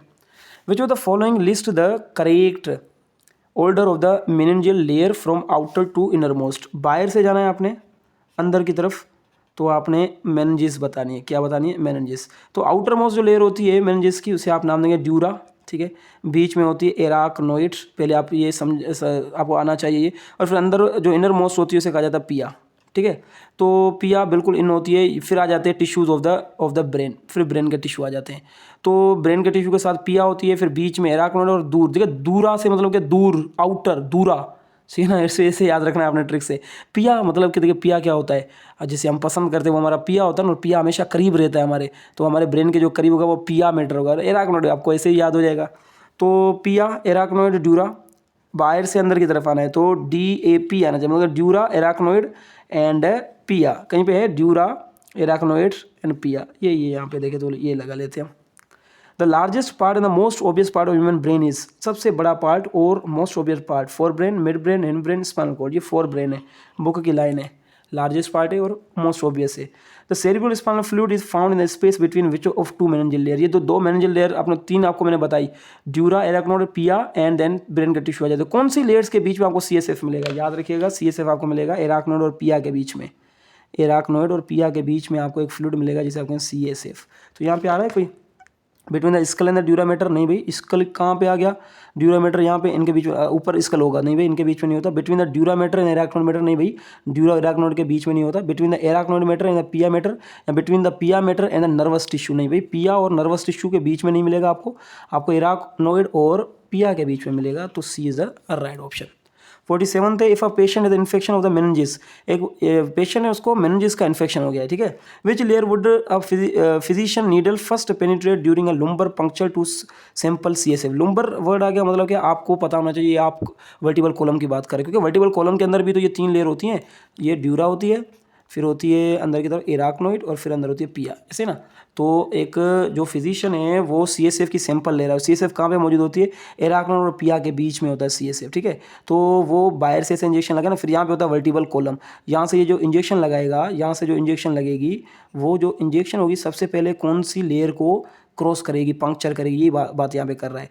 तो क्या है कि if a patient has the infection of the meninges, which layer would a physician needle first penetrate during a lumbar puncture to sample CSF? सबसे पहले किसको वही वो क्रॉस करेगी, जो ड्यूरा मैटर वो करेगी ना। So it should B option right, that is the C। Which division of the nervous system is responsible for the fight or flight, arousing and rest and digest, calming response? Fight and flight का मतलब होता है sympathetic, ठीक है, emergency, और rest and digest मतलब कि काम जो कंडीशन होती है वो होती है पैरासिम्पैथेटिक, ठीक है। सिंपैथेटिक इमरजेंसी सिचुएशन होती है, पैरासिम्पैथेटिक रेस्ट में होती है। सोमेटिक नर्वस सिस्टम, नहीं भाई ये तो वॉलंटरी होता है, ये दोनों इनवॉलंटरी है। सेंट्रल नर्वस सिस्टम, नहीं भाई sympathetic parasympathetic division of the autonomic nervous system and the sensory and motor neuron. C भाई ऑप्शन सामने ही पड़ा हुआ है, ठीक है ना। आगे देखते हैं इनको। क्वेश्चन नंबर 49 थे, the human brain is described as the being divided into three major part, which of the following is one of them, cerebellum, diencephalon, hindbrain या कॉर्पस कोलोसम। सेरिब्रम नहीं है, सेना पार्ट, वो जो तीन division हम बताते हैं वो तीन होती है, fore brain, mid brain, hind brain. तो यहाँ पे हाइंड ब्रेन जो है वो इसका ऑप्शन होगा कि the human brain is described as being divided into three major parts, उनमें से एक यहाँ पे बताया गया, that is the hand brain. ये तो इनके ही पार्ट है ना, आगे सिंपल जो ना वो मिड और फोर ब्रेन के, तो यहाँ पे बताया गया है कि कौन सा पार्ट होगा। So the two cerebral hemisphere communicate with each other, दो जो सेरिब्रल हेमिस्फीयर होते हैं, एक होता है यहाँ पे, एक होता है यहाँ पे, वो दोनों आपस में कम्युनिकेट करते with the help of the band of axon, that is the corpus callosum. Corpus callosum कहेंगे ना, amygdala, hippocampus, corpus callosum, limbic system, should be corpus callosum. The area of the cerebral cortex that is site of higher mental activity like intelligent reasoning and memory is the sensory area, association area, motor area, limbic area. Limbic area तो होगा नहीं, sensory area information को sense करता है कि कहाँ से ये इन्फॉर्मेशन आ रही है, मोटर एरिया कमांड भेजता है, तो एसोसिएशन एरिया के अंदर होता है हमारा जो है ना वो इंटेलिजेंट रीजनिंग एंड मेमोरी। ये तीन रीजन होते हैं ना सेरिब्रम के अंदर, एज यू नो मैंने बताया हुआ आपको। 52 है, cerebro is found fluid is found between dash and dash meningeal layer. ऊपर बता दिया मैंने आपको, दोबारा आपसे पूछा गया ये सवाल, दोबारा रिपीट हुआ है, सही है ना। तो समझिएगा किन किन के बीच में है, पिया एंड डूरा, पिया एंड एराक्नोइड, एराक्नोइड एंड पिया, बोथ BNC। गौर से देखें, ये भी पिया एंड एराक्नोइड, पिया एंड एराक्नोइड, एराक्नोइड, पिया एराक्नोइड, एराक्नोइड पिया, दोनों एक ही बात है, तो बोथ BNC इसका ऑप्शन होगा, सही है। The diencephalon is the part of the forebrain, consist of, diencephalon forebrain का पार्ट है, ठीक है ना। फोर ब्रेन जो हमारे पास होता है, इस फोर ब्रेन के दो पार्ट होते हैं, एक को हम नाम देते हैं टेलेनसेफ्लॉन, एक होता है डायनसेफ्लॉन। टेलेनसेफ्लॉन में आ जाता है सेरिब्रम आ जाता है, और सेरिब्रम का आउटर पार्ट होता है सेरिब्रल कॉर्टेक्स, ठीक है। और डायनसेफ्लॉन के पार्ट होते हैं हमारे पास थालामस एंड लिम्बिक सिस्टम, और लिम्बिक सिस्टम के आगे पार्ट होते हैं हमारे पास हाइपोथैलेमस, हिप्पोकैम्पस एंड एमागडाला, पता है ना आपको ये। So the diencephalon is the part of forebrain consist of the, मैंने आपको ऑलरेडी बता दिया, डायनसेफ्लॉन में दो चीज़ें मिलेंगी आपको, थैलेमस और लिम्बिक सिस्टम, तो बी ऑप्शन की तरफ जाएं, बाकी की तरफ जाने की जरूरत ही नहीं है। 54th MCQ क्या कह रहा है, which structure is referred to the major integrating center and main input center by sensory information going to the cerebrum. Cerebrum की तरफ जाने वाली जो इन्फॉर्मेशन होती है, ये इसका मेजर इंटीग्रेटिंग सेंटर है एंड मेन इनपुट सेंटर है सेंसरी इन्फॉर्मेशन का, जो कि सेरिब्रम की तरफ जा रही है। हाइपोथैलेमस, हिप्पोकैम्पस, थैलेमस एंड एमागडाला, ये थैलेमस जो होता है ना, ये इंटीग्रेटिंग सेंटर है जो सेरिब्रम की तरफ इन्फॉर्मेशन को मॉड्यूलेट करता है, सही ना। तो 54th का क्या होगा, थैलेमस। समझ में आ गया भाई, आगे देखते हैं। चलें जी, MCQs नंबर है हमारे पास 55th। The limbic system is describe the diverse group of structure located in arc between. Limbic system कहाँ पे मिलेगा आपको, ठीक है ना, ये बुक की लाइन है, याद रखिएगा। Cerebrum and skull, thalamus and cerebrum, brain stem and spinal cord, pons and medulla oblongata, it is thalamus and cerebrum के बीच में आपको मिलेगा लिम्बिक सिस्टम। ये बुक की लाइन है, रटा लगाइएगा इसको। How many number of cranial nerves originate from the brain to form peripheral nervous system of the human body. तो मैंने आपको ऑलरेडी बताया पेरिफेरल नर्वस सिस्टम क्या होता है भाई, हमारा जो ब्रेन होता है और स्पाइनल कॉर्ड होता है। ब्रेन और स्पाइनल कॉर्ड को CNS कहा जाता है, ठीक है, और इनमें से निकलने वाली नर्व्स को कहा जाता है, ये आगे जाके नर्व्स बनाती है पेरिफेरल नर्वस सिस्टम। यही ना पता है आप लोगों को। तो 12 पेयर निकलती है क्रेनियल मतलब के ब्रेन में से, और 31 पेयर निकलती है फ्रॉम द स्पाइनल कॉर्ड। तो 31 मतलब कि 62 जो नर्व्स होंगी वो जो स्पाइनल नर्व्स कहलाएंगे, और 12 मतलब 24 जो होंगी वो क्रेनियल नर्व्स कहलाएंगे। तो यहाँ पे क्या पूछ रहा है, पेयर पूछ रहा है या नंबर पूछ रहा है, तो यहाँ पे नंबर पूछ रहा है। तो नंबर कितने होंगे जो कि ओरिजिनेट हो रहे हैं ब्रेन में से, मतलब क्रेनियल नर्व्स, तो वो 24 होती हैं। पेयर पूछता तो वो 12 बता देते आप। 31 जो है तो वो स्पाइनल नर्व्स होती हैं, पता है ना ये। Hippocampus named for its shape is crucial for which function. Hippocampus जो होता है वो उसके नाम पे जो सी ओर्स होता है उसके बेसिस पे इसका नाम रखा गया हिप्पोकैम्पस, ठीक है ना। तो वो किस स्पेसिफिक फंक्शन को जो है ना वो उसके लिए क्रूशियल होता है, hormone release, memory conversion, sensory sorting, motor output. नहीं भाई, सेंसरी सोर्टिंग में नहीं होता, मेमोरी को कन्वर्ट करता है, ये लॉन्ग टर्म मेमोरी करता है hippocampus. Which structure within the limbic system content neurosecretory cell that release hormone. Neurosecretory cell आ जाता है ना तो हमारे दिमाग में एक ही बात आती है, पता है क्या, हाइपोथैलेमस। तो देखिए ऑप्शन देखिए, थैलेमस हमारा कर hippocampus, hypothalamus, so it's a D option, hypothalamus. The reticular formation which extend down the medulla to the forebrain play the role in the following except. आपने रेटिकुलर फॉर्मेशन जो होता है mid brain का part होता है आगे, उसके आपने फंक्शंस बताने, दैट्स इट। तो ये भी रटाफिकेशन है, जो ब्रेन के जितने भी पार्ट है वो रटाफाइड है। स्लीप इन अराउजल में ये हेल्प करता है, लिखा गया है आपके बुक के अंदर, STB के अंदर अगर आप देखेंगे। इमोशन मसल टोन को कंट्रोल करता है एंड सर्टेन मूवमेंट रिफ्लेक्सेस, लेकिन ये direct control of heart rate नहीं करता। एक्सेप्ट आपके यहाँ पे आ गया तो आपने ये बताना, ये direct control of heart rate नहीं करता। स्लीप इन अराउजल को कंट्रोल करता है, reticular formation, emotion muscle tone को भी करता है, सर्टेन मूवमेंट रिफ्लेक्सेस को भी कंट्रोल करता है, लेकिन direct control of heart rate नहीं करता। एक पेशेंट है, 16 MCQs देख लेते। A patient has damage to their medulla, patient ने अपने मेडुला को डैमेज कर दिया है, ठीक है, या किसी एक्सीडेंट या इंजरी की वजह से उसका मेडुला डैमेज हो गया है। Which function is most directly at risk, कौन सा फंक्शन रिस्क है, कोऑर्डिनेशन एंड मूवमेंट, ये तो सेरिब्लम करता है, एल वाला, सेरिब्रम आर वाला ऐसे कहते हैं हम, सही ना। और फॉर्मेशन ऑफ न्यू मेमोरीज, नहीं भाई, मेमोरीज तो मेडुला का काम ही नहीं है। Autonomic function like breathing and alternate transition between sleep and wakefulness, नहीं भाई, तो ये तो हमें आगे बताता है कौन सा ब्रेन स्टेम वगैरह। So C is the autonomic nervous system, हमारा कौन कंट्रोल करता है, मेडुला। तो breathing and heart rate autonomic nervous system है, वो इसके अफेक्ट हो जाएंगे बंदे के अगर उसका मेडुला डैमेज हो चुका है तो। 61 है, if person has difficulty maintaining balance and coordinate movement which hind brain structure is most likely impaired. एक बंदा है जो कि बैलेंस को मेंटेन करने में प्रॉब्लम हो रही है उसको, और कोऑर्डिनेशन, और आपको मैंने बता दिया बैलेंस और कोऑर्डिनेशन कौन होता है, एल वाला सेरिब्लम, सेरिब्लम एक होता है सेरिब्रम, उसे आर वाला कहा जाता है, ये सेरिब्लम है। वो सेरिब्रम क्या है, वो फोर ब्रेन का पार्ट है, सीना टेलेंसेफ्लोन का। सेरिब्लम किसका, मिड ब्रेन का पार्ट है। तो medulla pons cerebellum reticular formation cerebellum जो कि बैलेंस करता है, हमेशा कह सकते हैं कि एंड कोऑर्डिनेशन में हमारी हेल्प करता है। सो दैट इज 61th MCQs। आगे देखते हैं इनको। 62nd MCQs पता है क्या कह रहा है, inside the spinal cord inner zone consist of a grey matter, what does this grey matter primary contents. आपको पता है स्पाइनल कॉर्ड को कट करेंगे तो स्पाइनल कॉर्ड के अंदर आपको दो रीजन नजर आएंगे ऐसे, एक बिल्कुल सेंटर में आपको ग्रे रीजन नजर आएगा, एच ऐसे बटरफ्लाई की तरह, एच जोन जैसे, सॉरी एच जोन भी कहा जाता है ऐसे एच की तरह। इनके अंदर क्या होते हैं, तो यहाँ से जाते हैं सेंसरी न्यूरॉन्स, ठीक है, उनकी बॉडीज़ बाहर होती है जो बनाते हैं डोर्सल रूट गेंगेलिया, फिर वो अंदर जाते, फिर अंदर इंटर न्यूरॉन की और मोटर न्यूरॉन की सेल बॉडी होती है, फिर मोटर न्यूरॉन बाहर आता है, ऐसे ना। तो मतलब कि सेल बॉडी होती है इंटर और मोटर न्यूरॉन्स की। तो क्या है, inside the spinal cord the inner zone, इसको आप कहेंगे ग्रे मैटर जो होता है वो इनर जोन होता है, और ये बायल जो वाइट मैटर होता है स्पाइनल कॉर्ड का, इसीलिए स्पाइनल कॉर्ड वाइट कलर की होती है और हमारा जो ब्रेन होता है वो ग्रे कलर का होता है। ये वाइट कलर का क्यों होता है, क्योंकि यहाँ पे एक जोन आपको मिलेंगे, किसके, मोटर न्यूरॉन के एक जोन, सेंसरी न्यूरॉन के एक जोन, ठीक है ना, इसलिए वाइट कलर का होता है। तो यहाँ पे क्या पूछ रहा है, inside the spinal cord the inner zone consist of grey matter, what does this grey matter primary contain, myelinated axon forming nerve tracts, नहीं भाई, सेरिब्रल स्पाइनल फ्लूइड नहीं, the cell body of inter and motor neuron, यही option है भाई, यही लगा दो बस।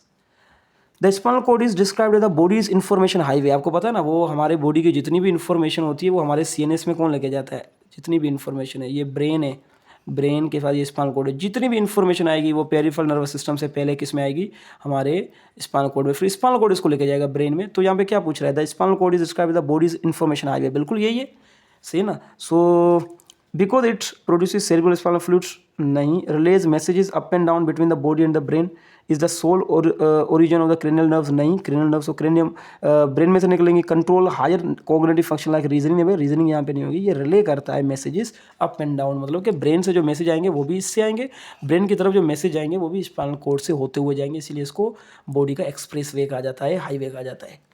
In the cross section of the spinal cord, where would you find the axon that carries motor commands away from the cord? ठीक है ना। In the dorsal column of the white matter, in the ventral column of the white matter, in the dorsal root ganglia and the inner gray matter। मैं आपको समझा देता हूँ थोड़ी सी चीज़ें स्पाइनल कॉर्ड के बारे में, यहाँ से सवाल आने के चांसेस हैं। स्पाइनल कॉर्ड को आप अगर कट करेंगे तो वो ऐसे होगा, ठीक है। कट करने के बाद इनके बिल्कुल बीच में आपको मिलेगा ऐसे जोन, जैसे आप कहेंगे ग्रे मैटर और बाहर होगा वाइट मैटर, ठीक है, ये समझिएगा। यहाँ से रिसेप्टर होते हैं, रिसेप्टर सिग्नल को लेके जाते हैं और ये होता है सेंसरी न्यूरॉन, ठीक है। उनकी सेल बॉडी बाहर होती है सेंसरी न्यूरॉन की, और ये सेल बॉडी आपस में मिलकर एक स्वेलिंग बनाते हैं, स्वेलिंग का नाम होता है डोर्सल रूट गैंग्लिया। और फिर ये अंदर की तरफ जाता है डायरेक्टली ये ग्रे मैटर में, फिर यहाँ पे साइनस बनाता है इंटर न्यूरॉन के साथ भी, मोटर न्यूरॉन का साइनस भी यहाँ पे होता है, फिर मोटर न्यूरॉन का एक्सोन बाहर निकलता है, ये हो गया मोटर न्यूरॉन। फिर मोटर न्यूरॉन कहाँ पे जाता है, अफेक्टर के यहाँ पे, ठीक है। तो मोटर न्यूरॉन जहाँ से निकलता है उसे वेंट्रल रूट कहा जाता है, याद रखिएगा, it is termed ventral root.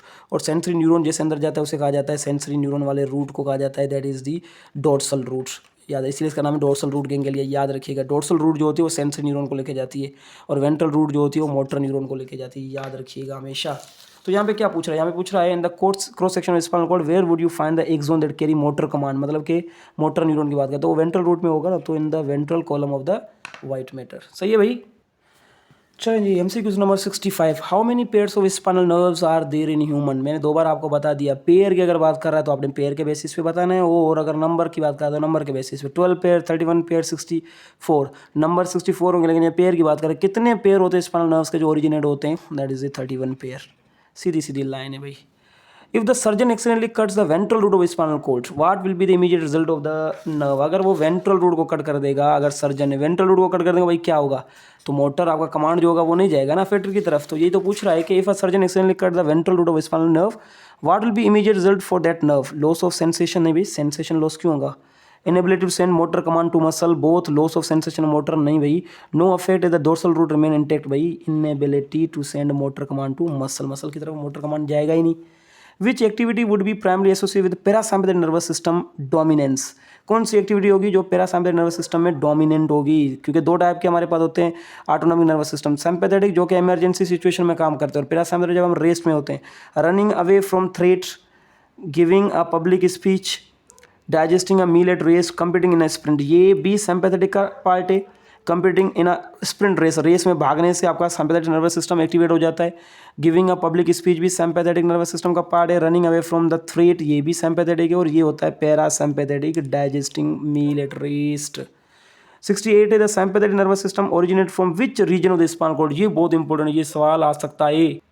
So book में ही बताया गया कि सिम्पैथेटिक नर्वस सिस्टम होते हैं ना, देखा हमारा जो स्पाइनल कॉर्ड होता है उसके कुछ रीजन होते हैं, ये ऊपर हो गया ब्रेन, तो ये वाला होता है सर्वाइकल रीजन, देन होता है थोरेसिक रीजन, देन होता है लुम्बर रीजन, देन होता है सेक्रल एंड देन कॉक्सिजियल। तो थोरेसिक और लुम्बर से निकलते, याद रखिएगा, टीएल आपने याद रखना है। तो सिम्पैथेटिक नर्वस सिस्टम टीएल से निकलता है, मतलब कि थोरेसिक एंड लुम्बर। तो cranial and sacral, thoracic and lumbar, B option is the right one, book में बताया गया ये, ठीक है, देख लीजिएगा। Which of the following is not an effect of the sympathetic nervous system. Sympathetic का मतलब होता है इमरजेंसी सिचुएशन, ठीक है, और इमरजेंसी का मतलब fight and flight, dilation of bronchi, acceleration of heart rate, stimulation of urination, inhibition of digestive activity, कौन सा नहीं है, ठीक है ना। तो ये इनिबिट ऑफ डाइजेस्टिव सिस्टम भी करता है, ठीक है, एक्सेलरेशन ऑफ हार्ट रेट भी करता है, तो ये वाला ऑप्शन भी नहीं होगा। डायलेशन ऑफ द ब्रोंकाई और स्टिमुलेशन ऑफ यूरिनेशन, यूरिनेशन की स्टिमुलेशन तब होगी जब हम पैरासिम्पैथेटिक में हो। डायलेशन ऑफ ब्रोंकाई भी ये करता है ताकि ज़्यादा से ज़्यादा ऑक्सीजन अंदर जाए, और जब हम इमरजेंसी सिचुएशन होते हैं हार्ट रेट भी एक्सलरेट हो जाता है और डाइजेस्टिव सिस्टम की एक्टिविटी इनहिबिट हो जाती है। जब हम इमरजेंसी में होते हैं, कोई चीज़ हम खा रहे होते हैं या पी रहे होते हैं, वो नीचे निगल भी नहीं पाते, इतना ज़बरदस्त निगलना पड़ता है क्योंकि हम सिम्पैथेटिक कंडीशन में होते हैं, इमरजेंसी कंडीशन। तो और हम अगर इमरजेंसी कंडीशन तो यूरिनेशन फील ही नहीं होगा हमें। यूरिनेशन की स्टिमुलेशन तब होगी जब हम पैरासिम्पैथेटिक में हो, और यहाँ पे हमें बताना है कौन सा सिम्पैथेटिक का पार्ट नहीं है, तो स्टिमुलेशन ऑफ द यूरिनेशन। 17वां सवाल है, where are the olfactory receptor cells specially located. Olfactory का मतलब होता है स्मेल, वो कहाँ पे मिलेगा, मतलब test buds of the tongue नहीं होगा भाई। In the upper portion of the nasal cavity, in the retina of the eye, यहाँ पे तो फोटो रिसेप्टर होंगे। In the inner of the ear sound receptor, B is the right one, the nasal cavity में होंगे। Olfactory word का मतलब होता है smell. The initial event in both smell and taste reception involve, initial response क्या होगा दोनों में, 71 की अगर हम बात करें तो। So the initial event in both smell and taste reception involves the bending of the hair cells, नहीं, the absorption of light energy, the binding of chemical molecule to specific receptor, the changes in temperature on receptor surface. C आना चाहिए, the binding of chemical molecule to specific receptor. क्यों? क्योंकि smell के लिए भी chemical जो ना होता है ज़रूरी, और टेस्ट के लिए भी केमिकल। सो ये बाइंडिंग होता है ना chemical molecule to specific receptor, ये इसका राइट आंसर है। The approximate number of taste buds on the human tongue, ये सवाल पहले भी आ चुका है किसी टेस्ट के अंदर। अप्रोक्सीमेट टेस्ट बर्ड्स के कितने टाइप्स होते हैं, एक 1000, 10,000, 1 लाख एंड 10 लाख एंड वगैरह वगैरह, तो it's 10,000। Which type of skin receptor is classified the phasic receptor. Phasic receptor जो होते हैं वो होते हैं रेपिडली अडेप्टेड, ठीक है, और जो टॉनिक होते हैं वो slowly adapted. Found in the hairless surfaces, जो हेयरलेस एरिया में पाए जाते हैं, पाम्स एंड फिंगर टिप्स वगैरह, तो हेयरलेस एरिया में पाया जाता है मिजिनर, याद रखिएगा, मिजिनर कर्पसल्स हेयरलेस में पाया जाता है। और जो जो हेयर फॉलिकल है वो भी फेजिक रिसेप्टर में आएगा, हेयर फॉलिकल वो भी फेजिक रिसेप्टर है, रिपीटली एडेप्टेड है, और वो हेयर्स के यहाँ पे पाया जाएगा, ठीक है ना। रुफिनी कर्पसल ये टॉनिक है। पैसिनियन कर्पसल जो होता है, जो प्रेशर को डिटेक्ट करता है, तो वो फेजिक में आएगा रिपीटली, ठीक है। मिजनल कर्पसल जो होता है हेयरलेस एरिया में आता है। Receptors that monitor the duration and extent of touch and are classified the tonic receptor includes, तो टॉनिक के 2 एग्जाम्पल आपके बुक में बताया गया, रुफिनी एंड मर्कल्स, ये टॉनिक में आते हैं, याद रखिएगा। रुफिनी और मर्कल्स क्या होते हैं, ये टॉनिक होते हैं, जो कि जिसकी ड्यूरेशन ज़्यादा है। फेजिक जो होते हैं ना, वो एकदम से आपको स्टिमुलेशन मिल जाएगा, ठीक है, और फिर आहिस्ता आहिस्ता आहिस्ता आहिस्ता उसका सिग्नल डिमिनिश हो जाएगा। जैसे कि आप कपड़े पहनते हैं या ग्लासेस पहनते हैं ना, एकदम से आपको पता चल जाएगा कि भाई हमने ग्लासेस पहने, थोड़ी देर के बाद उसका इफेक्ट खत्म हो जाएगा, पूरा दिन आप उसको डिटेक्ट नहीं करेंगे। और जो टॉनिक होते हैं ना, वो आहिस्ता आहिस्ता डिलीट होते हैं। जैसे कि अगर किसी को कोई चोट लग गई है तो कहते हैं ना भाई रात को ज़्यादा दर्द होगा, तो क्यों? क्योंकि उसका इफेक्ट जो होता है वो रात को बढ़ता जाता है, ठीक है ना, रात को ये बढ़ता जाता है इफेक्ट, मतलब रात को तो नहीं बल्कि मतलब कि इंटेंसिटी इनकी बढ़ती जाती है, ड्यूरेशन बढ़ती जाती है, उनके टॉनिक रिसेप्टर कहा जाता है जो स्लोली एडेप्टेड होते हैं, और वो है Ruffini corpuscle and Merkel disc. 75th है, the sensory receptor responsible for the perception of pain named for the response to noxious stimuli, noxious का मतलब होता है हार्मफुल, ठीक है। और tissue damage, mechano receptor, noci receptor, thermo receptor, phasic receptor, नहीं भाई इसको छोड़ दे, फेजिक रिसेप्टर जो होते हैं वो स्लोली अपडेटेड होते हैं, और जो पेन रिसेप्टर होते हैं वो टॉनिक रिसेप्टर की कैटेगरी में आते हैं क्योंकि वो आहिस्ता आहिस्ता डेवलप करते हैं। मैकेनो रिसेप्टर तो नहीं होगा भाई, नोसी रिसेप्टर का दूसरा नाम है पेन रिसेप्टर। ये भी सवाल आ चुका है, ठीक है, तो सोच समझ के करिएगा इसको। The umami taste perception is especially associated with which type of molecule?